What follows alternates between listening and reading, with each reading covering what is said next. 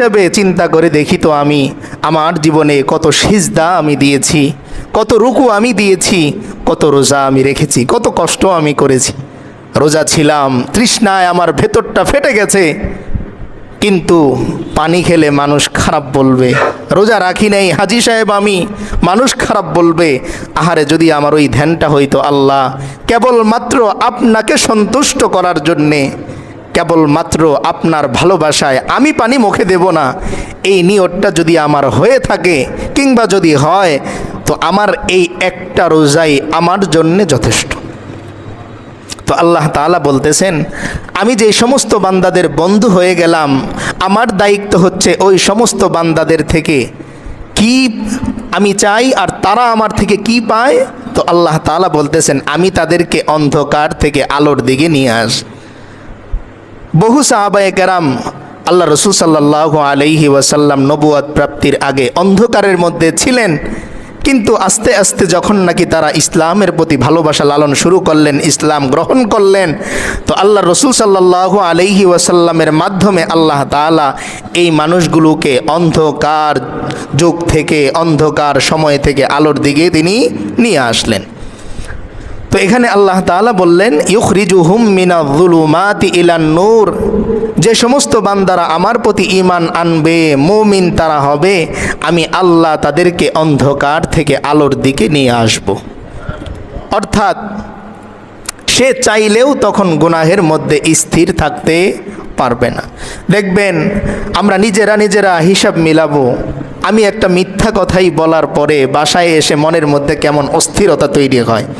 আরে মিথ্যাটা কেন বললাম, এই যে আমার অস্থিরতা তৈরি হওয়া, এটা আল্লাহ তাআলার পক্ষ থেকে আমার উপর প্রতিদান, পুরস্কার, যে বান্দা তোমাকে আমি মিথ্যার ওপর থাকতে দেব না।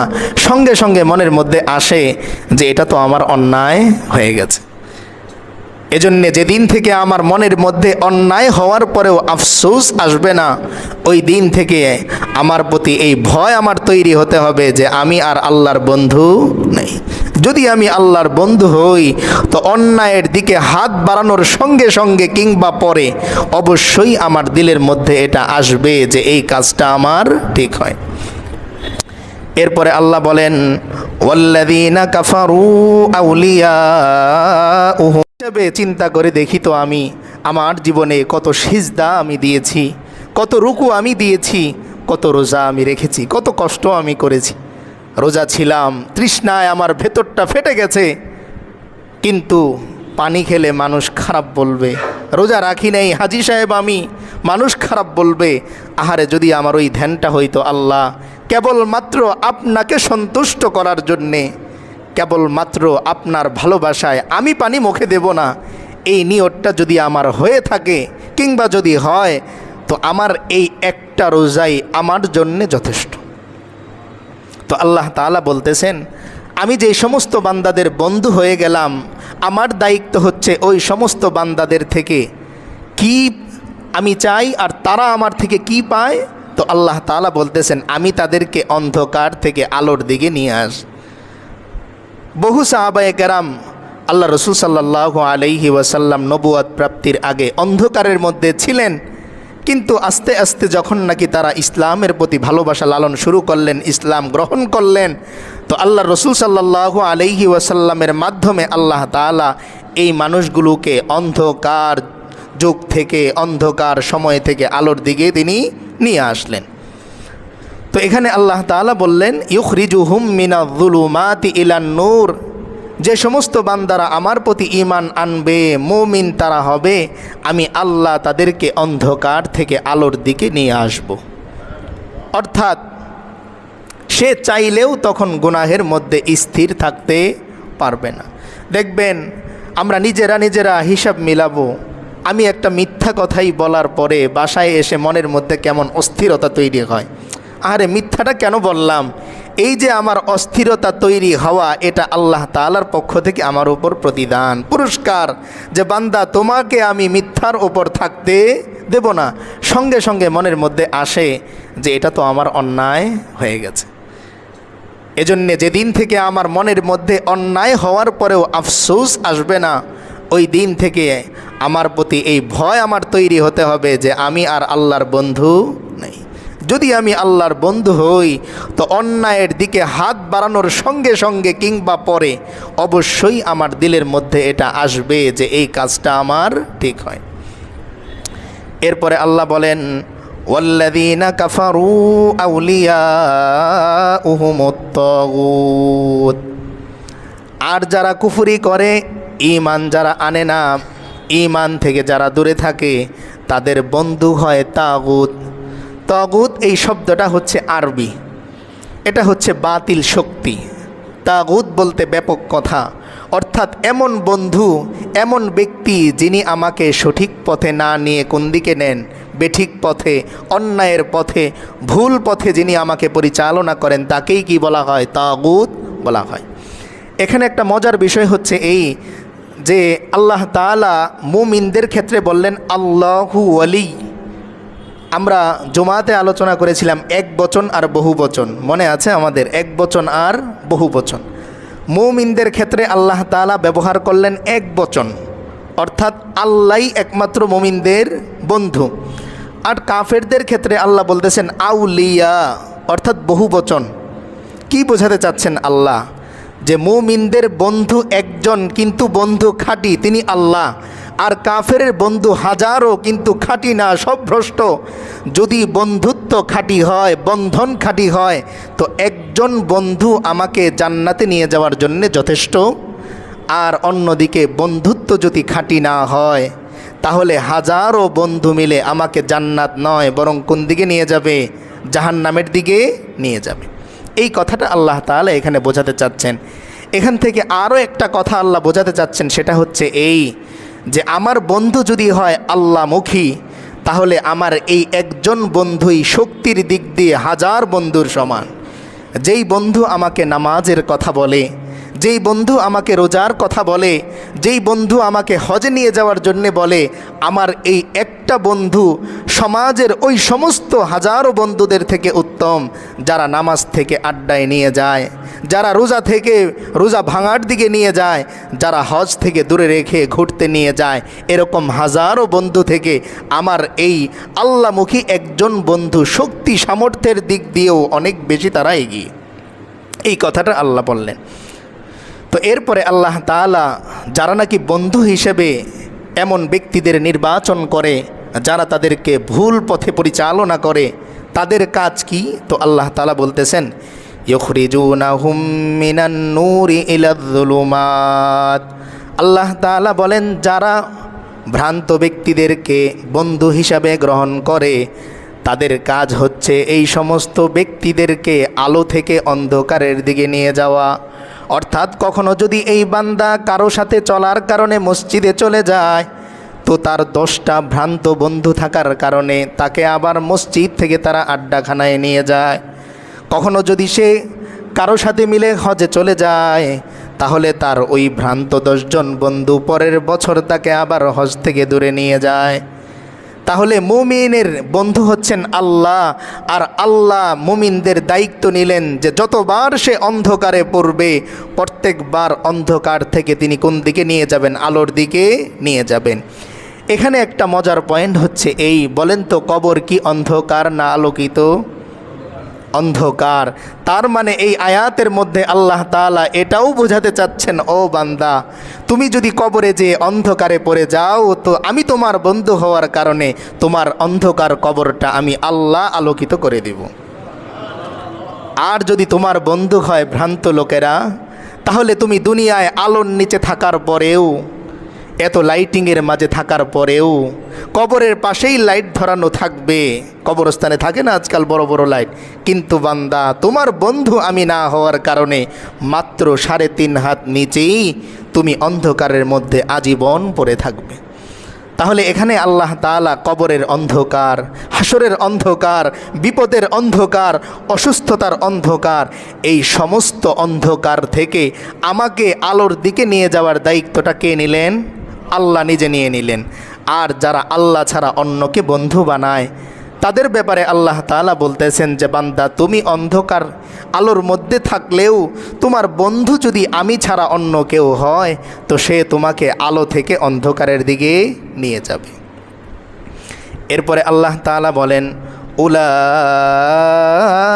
আসহাবুন নার, যে সমস্ত বান্দারা আমি আল্লাহ ছাড়া পৃথিবীর অন্য ভ্রান্ত মানুষগুলোকে বন্ধু বানাবে, যারা নামাজ পড়ে না তাদেরকে বন্ধু বানাবে নামাজ থেকে একসাথে দূরে থাকার জন্যে, যারা রোজা রাখে না তাদেরকে বন্ধু বানাবে একসাথে রোজা না রাখার জন্যে। আল্লাহ বলতেছেন ও পৃথিবীর মানুষ তোমরা কি জাহান্নামী লোক দেখতে চাও কিনা? তাহলে শুনে রাখো উলাইকা আসহাবুন নার, যারা আমি আল্লাহ ছাড়া অন্য ভ্রান্ত মানুষগুলোকে বন্ধু বানায় আমি আল্লাহ দেখিয়ে দিচ্ছি এই মানুষগুলো হচ্ছে জাহান্নামের অধিবাসী। তাহলে এবার বলেন তো, যদি আমাদেরকে প্রশ্ন করা হয় জাহান্নামী কারা, উত্তর আছে কি নাই? আছে, আছে। আল্লাহ বলতেছেন যারা দুনিয়াতে আমি আল্লাহকে ছাড়া অন্য ভ্রান্ত ব্যক্তিদেরকে বন্ধু বানাবে তো তাকিয়ে দেখো এরাই হচ্ছে জাহান্নামের অধিবাসী। কিন্তু এটা আমরা মনে রাখবো রাসূল করিম সাল্লাল্লাহু আলাইহি ওয়াসাল্লাম উম্মতের প্রতি এত বেশি দয়াপরবশ তিনি ছিলেন। আল্লাহ তাআলা পরিচয় করিয়ে দিচ্ছেন জাহান্নামী কারা, কিন্তু তার হাবিব বলেন ও উম্মত তোমরা একজন মানুষের বদ আমল দেখেই তাকে জাহান্নামী বলে দিও না, তোমরা একজন মানুষের ভ্রষ্টতা দেখেই তাকে জাহান্নামী বলে দিও না, কারণ জানো আমার আল্লাহ এত মহান যে যদি তিনি কোনো বান্দার প্রতি একবার রহমতের দৃষ্টি দেন, সারা জীবন এই মানুষটা অন্যায় করেছে কিন্তু মৃত্যুর আগে সামান্য একটা নেক কাজ তার দ্বারা হয়ে গেছে, তো আল্লাহ এত মেহেরবান তার এই সারা জিন্দিগির সমস্ত গুনাহগুলো আল্লাহ মাফ করে দিয়ে এই মানুষটাকে তিনি জান্নাতি বানিয়ে দেন। এজন্য হাদিসের মধ্যে আমরা বারবার একটি হাদিস বলি, আল্লাহ রসুল সাল্লাল্লাহু আলাইহি ওয়াসাল্লাম বলেন কত সৌভাগ্য ওই ব্যক্তিদের যারা সারাটা জীবন গুনাহের মধ্যে কাটিয়েছে, 50 বছর 60 বছর 70 বছর কেউ পারে নাই তাকে মসজিদে নিয়ে যেতে, এমনকি সে গর্ব করে বলে আমারে আজ পর্যন্ত কেউ মসজিদে নিতে পারে নাই, কেউ পারে নাই। এই মানুষটার প্রতি কী পরিমাণ ঘৃণা আমাদের জন্মায়, কী পরিমাণ বিদ্বেষ তার প্রতি জন্মায় যে আহারে কপাল পোড়া আমাদের মনে।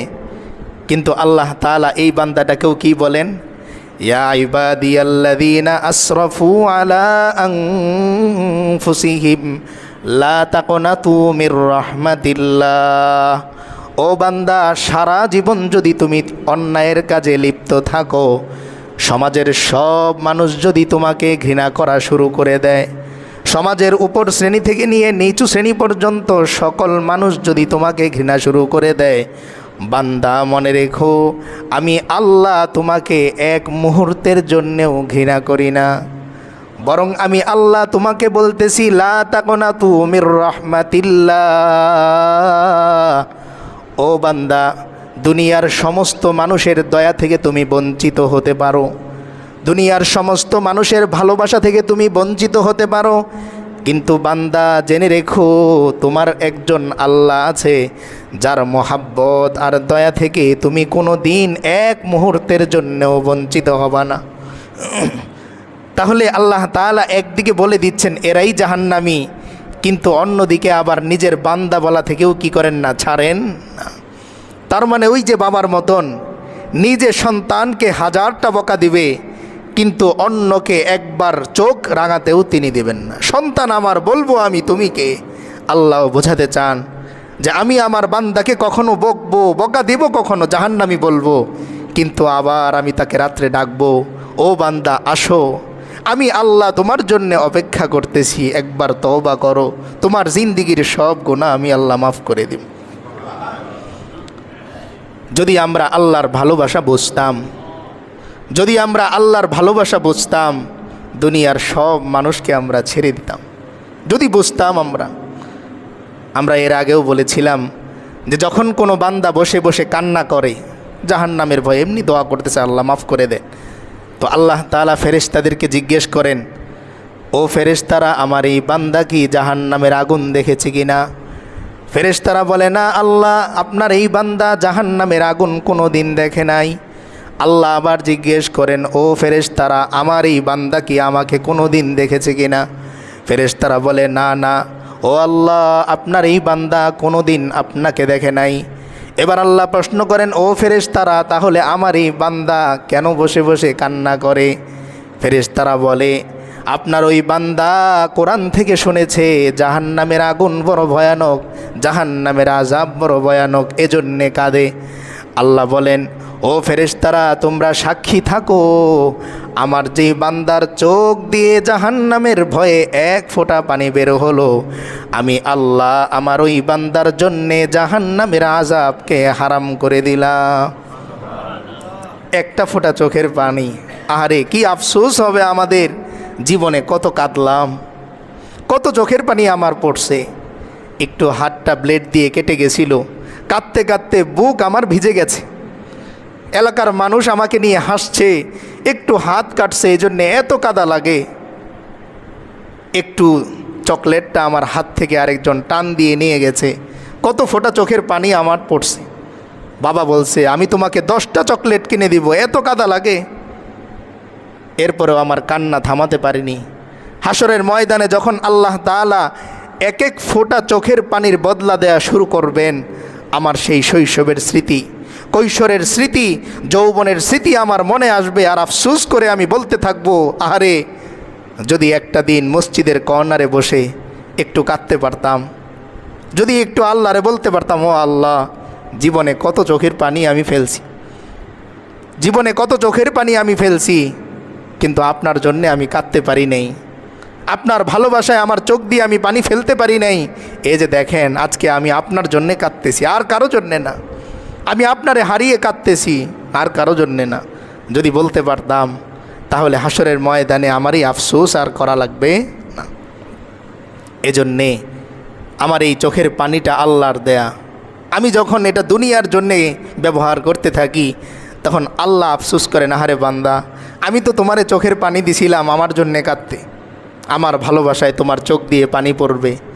দুনিয়ার মানুষ 10 টাকা নিয়ে একটু কথার এদিক সেদিক হলেই সম্পর্কটা ছিন্ন হয়ে যায়। আর তুমি প্রতিদিন 1000 বার অন্যায় করার পরেও তোমার সাথে আমার সম্পর্ক সেই আগের মতনই আছে। এরপরেও আমার প্রতি তোমার ভালোবাসা কেন কমলো? মা গর্রকা বিরব্বিকাল কারীম, পাবা আমার মতন আর আমার মতো কোনো প্রিয় ব্যক্তিকে তুমি আর খুঁজে পাবা? আল্লাহ বলতেছেন, মা গর্রকা বিরব্বিকাল কারীম, কে আছে তোমার আমার মতন এমন দয়া করে ভালোবাসে, এরকম কে আছে? বাবা মাও যদি স্বপ্ন তোমারে দিয়ে পূরণ না হয়, তো আফসোস করে বলে, এমন সন্তান না হলেই ভালো ছিল। কিন্তু আমি আল্লাহ কোনো দিন বলি না তোর মতো বান্দা আমার না হইলেও চলতো, বরং আমি ডাকি, ওরে বান্দা, অন্যায় তোমার হয়েছে, গোনা তোমার হয়েছে, হোক না, তুমি তো গোনা করবাই, আমি বসে আছি তোমারে ক্ষমা করার জন্যে। খালি তওবা করে দেখো না, তোমার তওবা করতে দেরি, তোমার মুখ দিয়ে ইস্তেগফার বের হইতে দেরি, আল্লাহ শব্দ বের হইতে দেরি, আমি আল্লাহ সঙ্গে সঙ্গে বলি, লাব্বাইক ইয়া আবদি, ও বান্দা উপস্থিত। আমরা ঘটনা শুনেছি,